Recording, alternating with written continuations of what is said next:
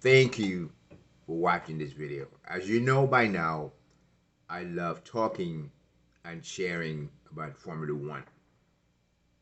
This video is a result of a discussion on a video I made about the Miami Grand Prix.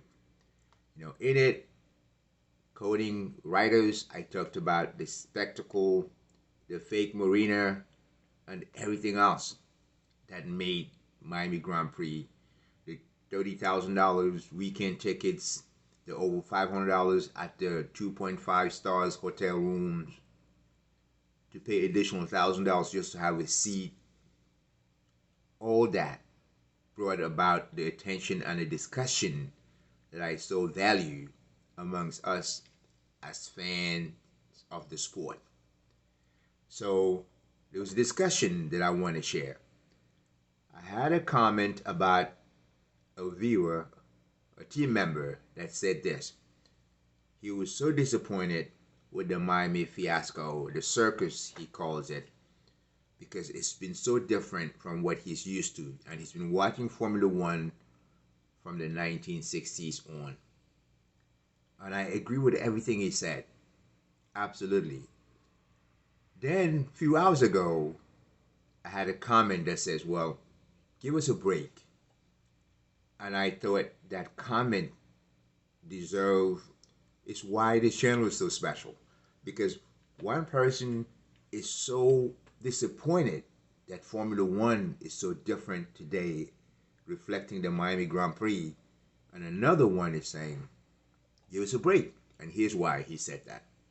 He said, in the old days, 1 in 4 Formula One drivers would die before the end of the year. That is scary, but it's true.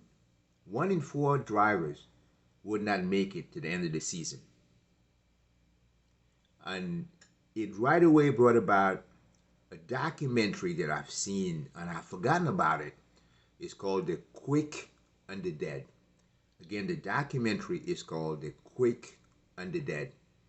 If you've seen it, you probably will never forget it. I don't know how I've forgotten it. If you haven't seen it, please Google Formula One, The Quick and the Dead, because it is so telling that Formula One has maybe changed for the better, but hasn't changed in reality. From that time on, Formula One has always been about the money, the sponsorship, which is the cars, the driver's outfit, the beautiful woman, the what they wore or maybe didn't wear. If you look at that documentary, what you're going to realize is Miami is absolutely an extension of the 1950s and 60s. Formula One is, yes, being promoted more efficiently, because we know there's so many more tools these days to promote the sport than we had in the 1950s and 1960s. But the mission is the same. Bring about every attention to the sport, bring about make as much money through sponsorship. At the time it was maybe word of mouth or newspapers. Now it's YouTube, Instagram, Twitter, TV. But it's absolutely so a point that I couldn't wait to share. If you would look at that, The Quick and the Dead. By the way, it also reminded me of another documentary I watched called The Lab of the Gods. The Lab of the Gods. The Lab of the Gods is where I learned about Kyalami.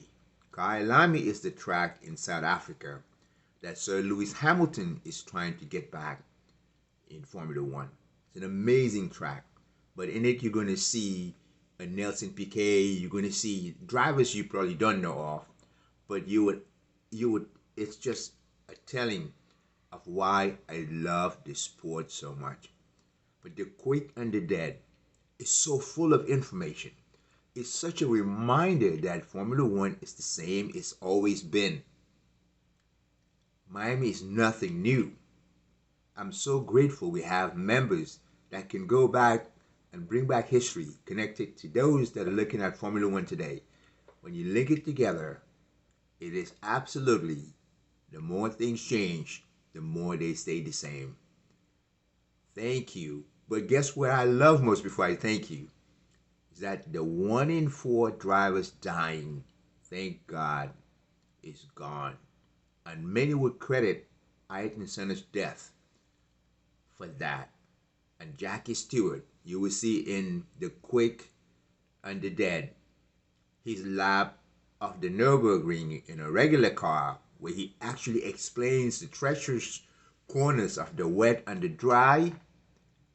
And he's done a lot. And I think from that movie, he calls it the hell. I forgot what the you know what I'm talking about.